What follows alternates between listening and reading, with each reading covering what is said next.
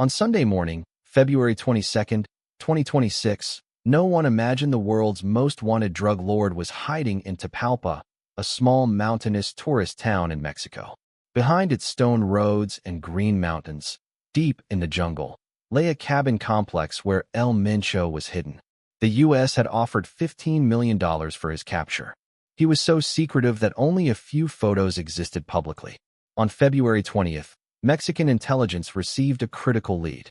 By tracking an associate of El Mencho's romantic partner, authorities traced them to a secluded rural property outside Tapalpa. On February 21st, his partner left, but El Mencho stayed behind with bodyguards. This was the opportunity authorities had waited years for. Before dawn on February 22nd, Mexican Special Forces, the National Guard, Air Force, and Army surrounded the compound. As soldiers advanced, cartel gunmen opened fire. Security forces killed 4 cartel members, but El Mencho fled into a nearby jungle cabin complex. Forces pursued him and engaged in a second firefight. They finally captured El Mencho in serious condition with 2 bodyguards. He was airlifted to Mexico City but died during transport. A former DEA chief called this one of the most significant operations in drug trafficking history. But what followed was beyond imagination. His death set the entire country ablaze. In 1992, California police arrested a small-time heroin dealer. He was jailed and deported. Nobody imagined he would become the world's most wanted drug lord. Nemesio Oseguera Cervantes was born in 1966 in Aguililla, Michoacán, an area defined by poverty and hidden marijuana plantations. His family were avocado farmers. He dropped out after 5th grade and by 14 was managing marijuana fields. In the 1980s, he moved to California chasing the American dream. Instead, he found crime. In 1986, San Francisco police arrested him for theft and possessing a loaded gun. In 1992, undercover cops caught him selling heroin at a bar. He served 3 years and was deported to Mexico in 1997. Here the story takes a shocking twist. After returning, Mencho became a police officer. A convicted drug dealer wore a badge. During those years, he learned the system's inner workings, how easily officers could be bought, and exactly where the vulnerabilities lay. This knowledge became his most dangerous weapon. He then married Rosalinda Gonzalez Valencia from a powerful cartel family. This marriage became his entry into organized crime. He started as a bodyguard and hitman for the Valencia family's Molinillo cartel. By 2010, all Molinillo leaders were dead or imprisoned. When Mencho was denied leadership, he broke away and founded the Cartel de Jalisco Nueva Generación, CJNG. On May 1, 2015, Mexico launched Operation Jalisco to capture El Mencho using military helicopters. But CJNG was prepared. Armed with RPG, 27 rocket launchers, and heavy machine guns, cartel gunmen shot down a military helicopter. Only 9 of 18 people survived. A drug cartel had shot down a military aircraft. The cartel then set fire to dozens of buses, trucks, and gas stations across Mexico. 10,000 troops were deployed to restore order. A federal investigator said that since Pablo Escobar, no drug organization had confronted authorities so directly. How did CJNG become so powerful? 2 chemicals, methamphetamine and fentanyl. CJNG operated like a paramilitary force. By DEA estimates, 1/3 of all drugs entering America by 2019 belonged to this single cartel. By 2018, CJNG operated over 100 meth labs. Unlike cocaine, meth could be manufactured independently using chemicals imported from China. Experts estimate CJNG's worth exceeded $20 billion. The Port of Manzanillo was under their control, providing a single access point for chemicals, logistics, and supply chains from China. Imagine a Mexican mayor earning 30,000 pesos monthly. One night, cartel men arrive offering 500,000 pesos in one hand and a gun in the other. Plata o plomo. Take the money or take the bullet.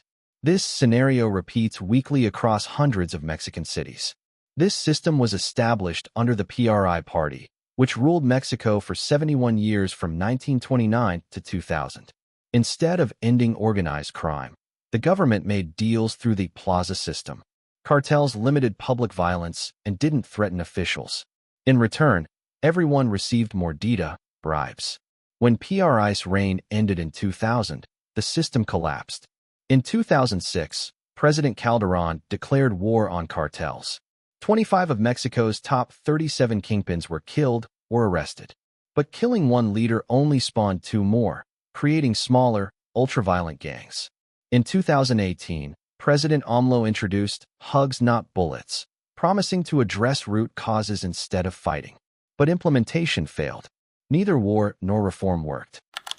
The most shocking revelation is that while Americans were victims of the drug trade, America was also its architect through repeated mistakes. First, in the 1980s, the CIA supported Contra rebels against Nicaragua's government through Mexican drug cartels. The Washington Post exposed how the CIA trained rebels at drug lord Rafael Caro Quintero's ranch. The Kerry Committee report of 1989 confirmed this. America empowered cartels to serve political agendas, and they became its biggest enemy. Second, NAFTA in 1994 reduced border trade restrictions. Daily border truck traffic jumped from 7,500 to 12,000. Checking every truck became impossible. Additionally, cheap American crops flooded Mexico, crashing corn prices by 65%.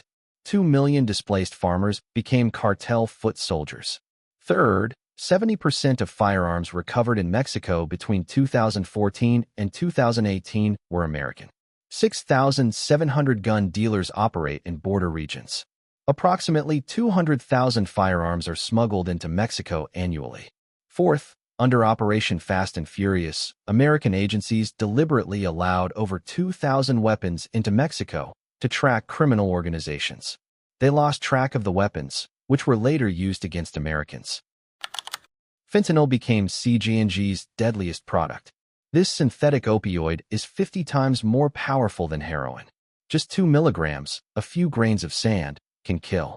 A pill costs 10 cents to produce, but sells for $10 to $30. Production costs of $50,000 yield $20 million in revenue. In 2023, approximately 73,000 American overdose deaths involved synthetic opioids, with fentanyl causing about 70%. In 2013, El Mencho's son, El Menchito, declared his ambition to build a fentanyl empire right before the epidemic hit America. In March 2025, he was sentenced to life imprisonment. His son was jailed, but the father remained free until February 22, 2026. When news of El Mencho's death spread, CJNG unleashed chaos. His right-hand man, El Tuli, ordered coordinated attacks, offering 20,000 pesos per soldier targeted. Cartel gunmen set fires across 20 states. Cars burned, highways were blocked, over 250 roadblocks erected, schools closed, and flights canceled.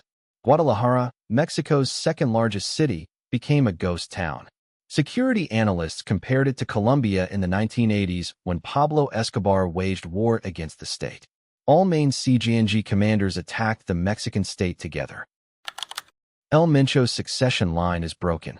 His son is imprisoned in America. His wife was arrested in 2021 on money laundering charges. His two brothers sit in Mexican jails. For remaining CJNG commanders could trigger a succession war. The Trump administration declared cartels foreign terrorist organizations.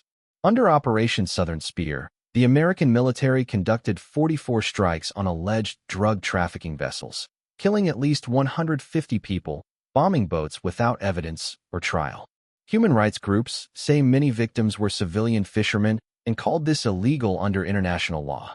Trump announced plans to attack cartels on land, and the U.S. Defense Secretary called cartels the Al-Qaeda of the Western Hemisphere. Mexican President Claudia Sheinbaum faces mounting pressure. El Mencho's killing was her government's biggest success, proving Mexico could fight cartels independently without American forces. Will drug cartels finally end? History says no. Every fallen drug lord is replaced by two more. The real solution requires addressing root causes. As long as American demand exists, Mexico will supply.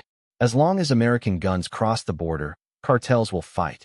As long as cartels outpay police officers, corruption continues. As long as fentanyl precursors flow from China, the supply chain survives. This is not Mexico's problem or America's problem alone. It is a shared crisis demanding a shared solution. In June 2026, FIFA World Cup matches were scheduled in Mexico, the world's largest sporting event in the territory of the world's most dangerous cartel. This is the story of a drug lord who nearly seized an entire government. But such stories are not limited to Mexico.